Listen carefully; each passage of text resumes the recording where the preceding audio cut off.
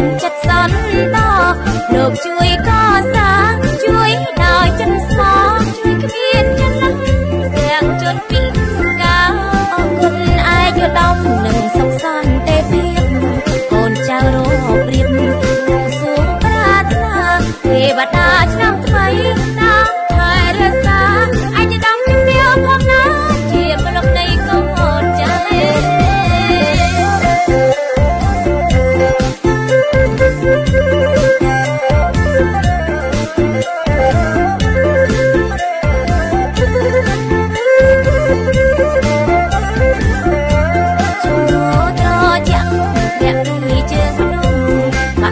ជួបជុំ